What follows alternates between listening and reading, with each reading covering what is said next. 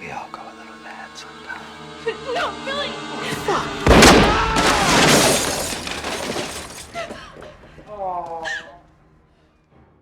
Welcome back to SledgeHammer Horror, guys. I am Ken Sledge, and let's talk horror. Now, today I am so happy to be joined by a stand-up comedian, a good friend of mine, Clayton. Cole, how you doing today? Man, I'm great. Thank you for having me on. I appreciate it. Hey, no problem, man. This is so exciting for me. Migrated up here to the Midwest, a now Midwest boy. So I know things are kind of crazy right now. We're coming out the end of COVID. So do you have any live shows planned? I know you were doing private parties. Are you still doing that too? Oh yeah, I'm doing everything. I never stop, to be honest with you. So I know that sounds terrible, but like you gotta pay the bills, So Yeah. All we ask to get you stay safe out there, man. And you guys, if you want to check it out, I have all his links down here in the description. So make sure you're going and checking him out. Give him a follow. Subscribe to him here on YouTube. Some real funny stuff. And like I said, you can do private parties here in the Midwest. So if you need a comedian, this is the guy to talk to. So do you have anything coming up that you could tell us about that you're excited for? Or? Well, I do have my web series Cole's Law coming out. It's a cooking show. I'm just gonna be, teaching my other comedian friends how to cook, really, and we're gonna be riffing on each other. So it comes out in 2 weeks, I think, sometime around there. So. Awesome, man. When you have the links for that, make sure you send me that. I'll put those in the description as well, so you guys can check that out. Nothing better than comedians cooking, man. I like the name too, coleslaw. I like that, man. Thank you. I appreciate it. Yeah, no I came up with it myself. So we know what you're doing in the future with coleslaw. We know what you've been doing now with COVID with the stand-up shows. But my friend, I want to take it back to the past. And I want to talk about what got you into the horror genre. Something I know I'm talking to a stand-up comedian about the horror genre, but it's still something that I think they go hand in hand with each other. It takes a whole lot, especially with the movie we're going to be talking about. So your first horror movie was Scream, the first one.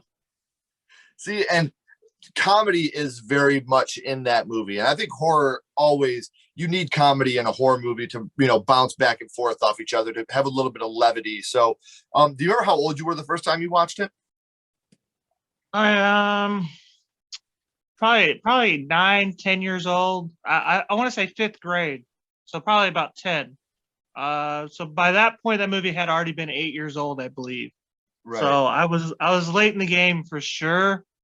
But yeah, this is the first scary movie that I ever was like, I wasn't allowed to watch it, but it was the first one that was like readily available to me. Sure. So, and it's a good start, man, because this has, like I said, it does have the levity, it does have some comedy aspects to it, but it's still a slasher at heart, man. Do you remember who you were with the first time you watched it? This is my uncle.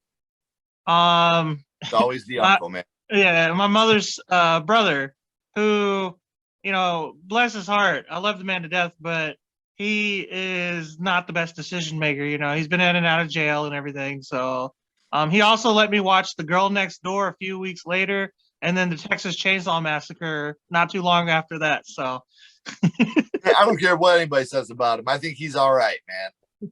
He is a good dude. So with the original Scream, which scene is it, do you think, that affected you the most at your young age? Oh, probably like it kind of the scene where Stu Macher and I can't remember the actual mate, the boyfriend, can't remember his name now, Billy, where they both came out with their plan, and then they were gonna like stab each other, which they did obviously, and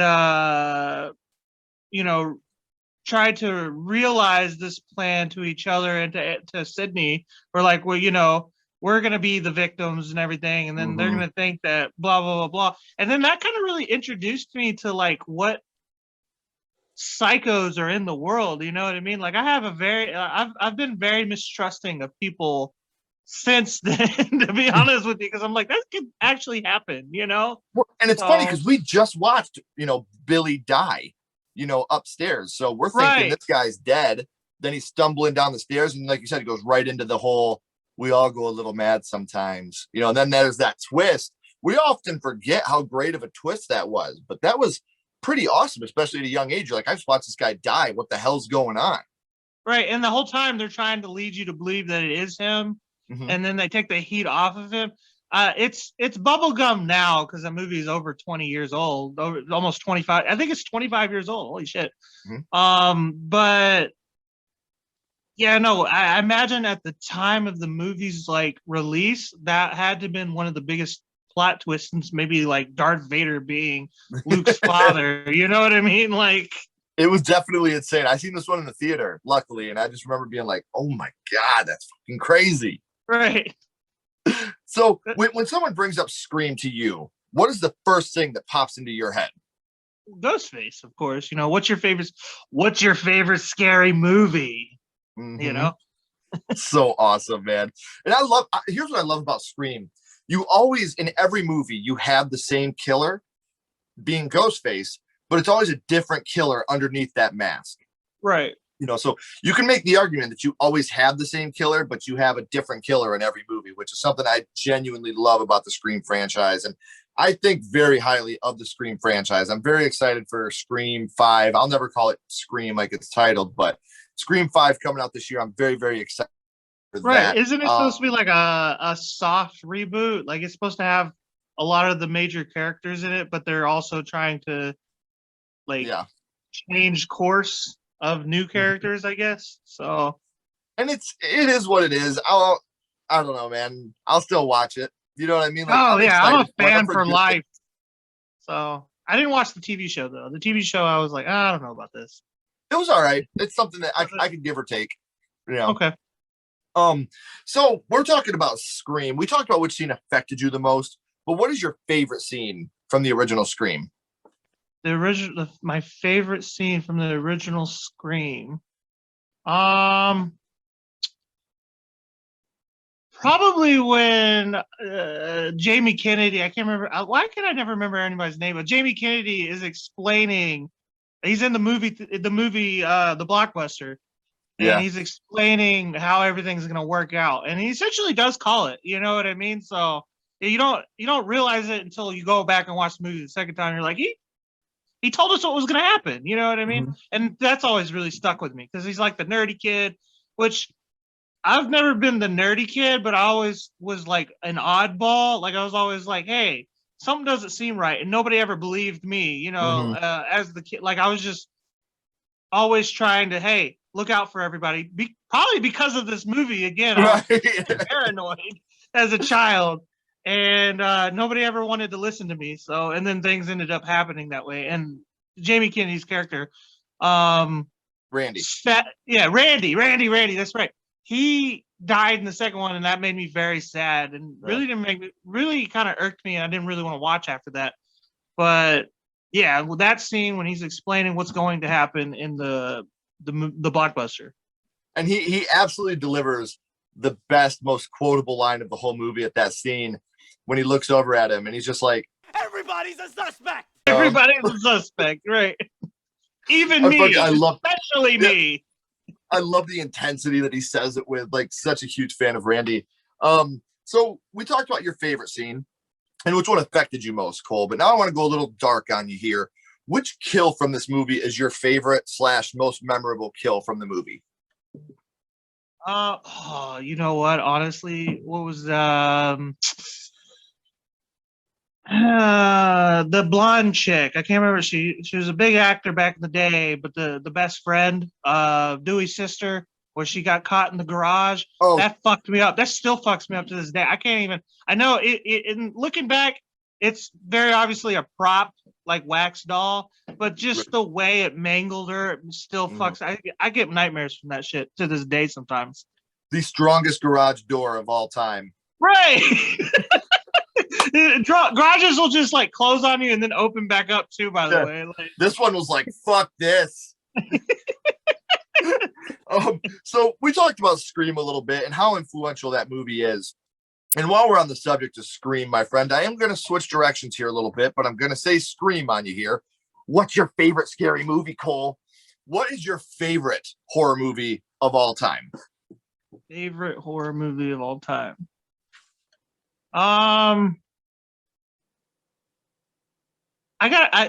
This is a bullshit answer, I'm gonna tell you, but I gotta go Scream 3. And I like it.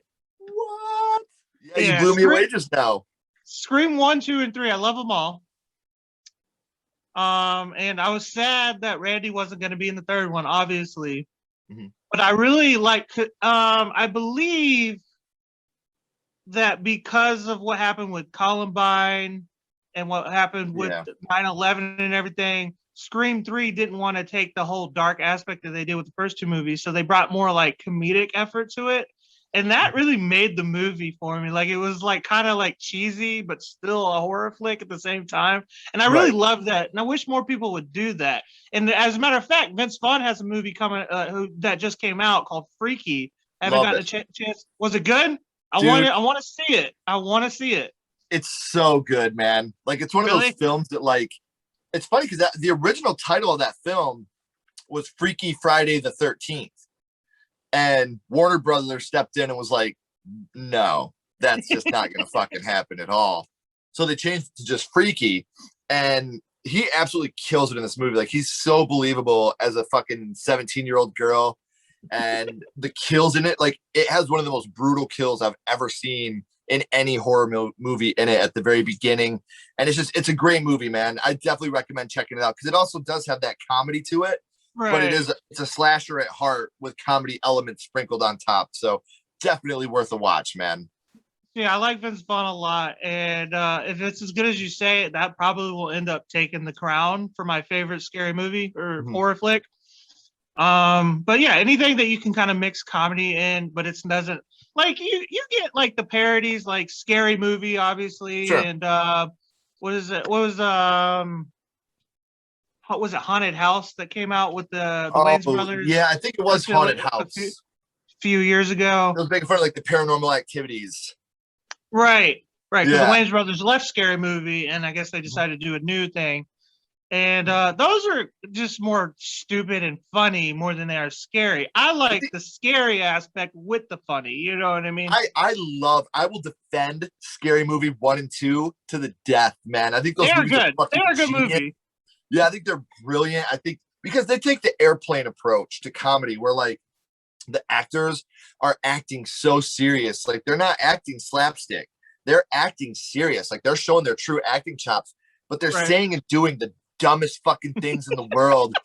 Like, and that's what I love about like even Airplane, you know, like Shirley, you can't be serious. Oh, I am serious. And don't call me Shirley. You know, like they're saying the dumbest fucking things, but they're saying it so serious that to me is the best type of parody film is when they're not being all slapsticky and trying to be goofy and funny, when they're acting totally serious, but just doing the most stupid fucking things that you can imagine. I think those are the best, man. I love those. I do agree with you there. I think what it comes down to is like, maybe it's just me because I am a comedian. And so I'm goofing off all the time in my free time. Around my friends and my family, obviously. Even in a serious moment, I find myself saying the dumbest shit. Everybody's just looking at me. So when you can add successfully humor to any like real situation in a movie, I appreciate that a lot. You know what I mean? It seems realistic to me. Some of my favorite movies of all time are horror comedies, man. Shaun of the Dead, Ghostbusters, Cabin in the Woods, Scream. Like these are movies that I feel are great. Tucker and Dale vs. Evil, great horror comedies. They do have the horror elements to them, but they are funny movies. Like I grew up watching Ghostbusters every day, and people can argue with me all they want, man. But the original Ghostbusters is a fucking total horror movie, man. Like when you have the librarian ghost and you have Dana sitting on the chair and the monsters coming up and grabbing her and pulling her back. Like if you didn't have Bill Murray delivering the most funny goddamn lines ever in that movie, it would be a total horror flick, man. But Bill Murray and Dan Aykroyd totally make it a comedy just because of who they are. Yeah, I guess I did see Ghostbusters before Scream, and they were a little like freaky, but I don't know. It didn't freak me out as much as Scream did. You know what I mean? So. See, I just remember the librarian ghost in Ghostbusters always scared the shit out of me when they're like, get her, and she's just like, rah! I'm like, fuck this, I'm out, I'm done. The second Ghostbusters actually freaked me out more than the first one, I will say. What was it, the talking head or whatever? Vigo. Yeah, that Vigo freaked the Carpathian. me the hell out.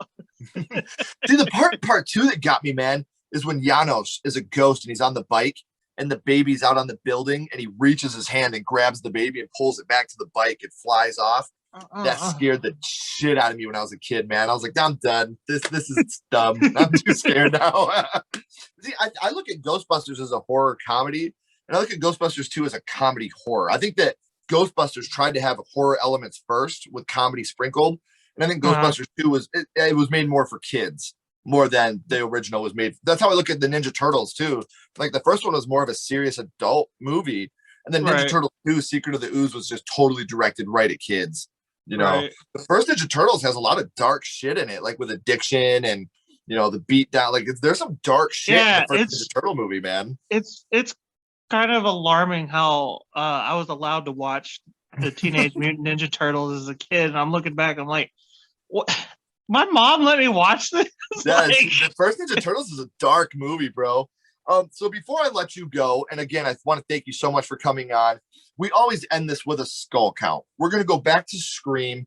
We're ranking this 0 to 5 skulls. Now, we're not ranking it on production, acting quality, theatrical budget. We're judging this strictly on what this movie means to you and how it affected you. So 0 to 5 skulls. You can use half and quarter skulls. What would your ranking of Scream be? So it means a lot to me. It's obviously the starter of my favorite. It's my favorite franchise, scary wise, ever. But affecting me wise, I've seen way scarier movies that still fuck with me to this day. Insidious. What was the one with Ethan Hawke?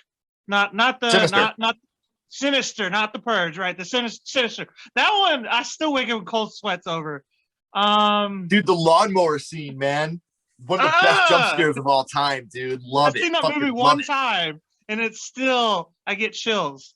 Yeah. So yeah, I gotta give it a low bar for affecting me. It affected me pretty fucked up when I was 10, obviously, but it's kind of, you know, softened over the years. So out of 5, you said 5 skulls, I'm gonna give it 2.5. That's fair. That's absolutely fair. So everybody, I do want to remind you again, make sure you are following Cole. I got all his social media links down here. I have his YouTube link and his website. Make sure you're checking him out. Cole, don't go anywhere. I got a couple more questions for you. Everybody else, as always, I'm Ken Sledge. Keep talking horror. Stay what you are, and we'll see you guys soon.